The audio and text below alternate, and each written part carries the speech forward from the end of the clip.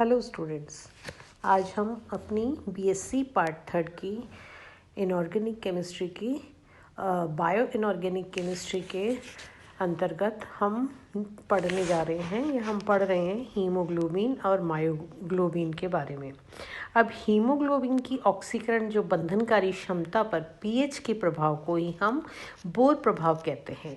Haemoglobin के ऑक्सीकरण बंधनकारी नियतांक की निरंतर वृद्धि अर्थात हीमोग्लोबिन की अधिक मात्रा HbO2 टेट्रा ऑक्साइड या होल 4 बनाने की प्रवृत्ति हीमोग्लोबिन की पीएच के प्रति संवेदनशीलता उप इकाइयों में पारस्परिक क्रिया के कारण होती है। अब इससे ये स्पष्ट है कि हीमोग्लोबिन और मायोग्लोबिन में से प्रत्येक ऑक्सीजन के परिवहन के लिए आवश्यक है। कार्बन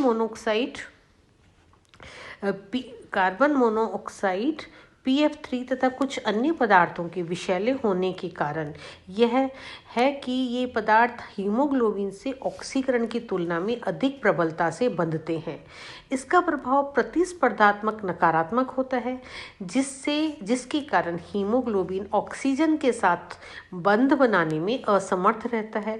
इस कारण से ऊतकों को या उनके टिश्यूज़ की ऑक्सीजन उपलब्ध नहीं हो पाती है और टिश्यूज़ में ऑक्सीकरण क्रिया के कारण मुक्त हुई कार्बन डाइऑक्साइड विऑक्सीजनित हीमोग्लोबिन के साथ जुड़कर हीमोग्लोबिन कार्बन डाइऑक्साइड बना देता है और ये ब्लड के माध्यम से फेफड़ों में पहुंच जाती है। हीमोग्लोबिन कार्बन डाइऑक्साइड बंध भी दुर्बल या वीक तरह का बॉन्ड होता है तथा कार्बन डाइऑक्साइड यहाँ हीमोग्लोबिन से मुक्त हो जाती है। हीमोग्लोबिन पुनः ऑक्सीजन से जुड़कर हीमोग्लोबिन HbO2 बनाकर उसे टिश्यूज़ तक ले जाते हैं। इस प्रकार श्वसन तंत्र सुचारू रूप से कार्य करता है। इस प्रकार से ये हीमोग्लोबिन ऑक्सीजन के साथ जुड़कर अपना काम शुरू करता है और जो तंत्र है, सिस्टम है, वो अपनी क्रियाएं संपूर्ण करता है।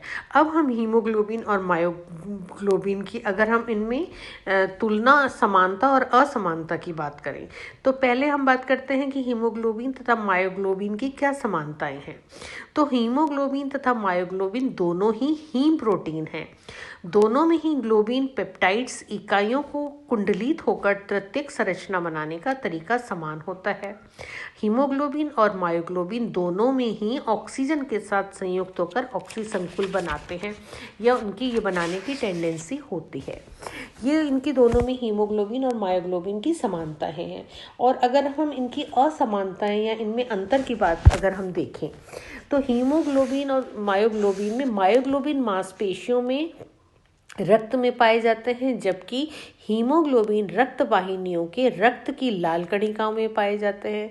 इसके अलावा इनमें जो और फर्क है या इनमें जो अंतर है उसमें मायोग्लोबिन में एक ही हीम समूह के 141 से 150 तक यानी 141 से 150 तक अमीनो अम्ल की बनी पॉलीपेप्टाइड्स चेन या पॉलीपेप्टाइड श्रृंखला ग्लोबिन पाई जाती है और ग्लोबिन की संरचना कुंडलित होती है।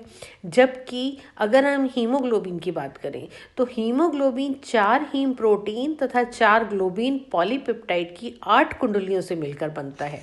तो मेन फर्क क्या हो गया इसमें तो 4 तो हीम प्रोटीन की और 4 ग्लोबिन पेप्टाइड्स और कुल मिलाकर ये 8 कुंडलियों से मिलकर बनता है और प्रत्येक ग्लोबिन पॉलीपेप्टाइड श्रृंखला 2 अल्फा और 2 बीटा अमीनो अम्ल की इकाइयों से मिलकर बना होता है। अगर हम इधर हम मायोग्लोबिन की बात करें तो मायोग्लोबिन ऑक्सीजन के साथ प्रबल या स्ट्रॉन्ग बॉन्ड बनाता है, जिसके कारण इसमें ऑक्सीजन का भंडारण होता है। या हम यूँ कहें कि ये स्ट्रॉन्ग बॉन्ड बनने के कारण ये ऑक्सीजन को स्टोर करता है, उसको स्टोरेज की तरह करता है, या उनको हम कहें कि ऑक्सीजन का भंडारण करता है। यही O2 तभी मुक्त करता है जबकि कोशिका को ऑक्सीजन की अत्यधिक आवश्यकता होती है। नहीं तो आवश्यकता होती है तो ये ऑक्सीजन को रिलीज कर देता है और नहीं तो ये अपने आप में ऑक्सीजन को स्टोर करके रखता है मायोग्लोबिन। और हीमोग्लोबिन जो है वो फेफड़ों में जहाँ ऑक्सीजन को आंशिक दाब अधिक होता है, ऑक्सीजन के साथ वीक बॉन्ड बनाता है या दुर्बल बॉन्ड बनाता है, तो ब्लड के साथ यह ऑक्सीजन को टिश्यूज़ या ऊतकों तक ले जाता है।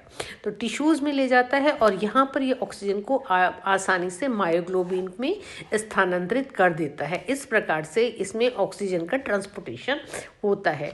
और कोई भी जीव या जो सिस्टम है वो अपनी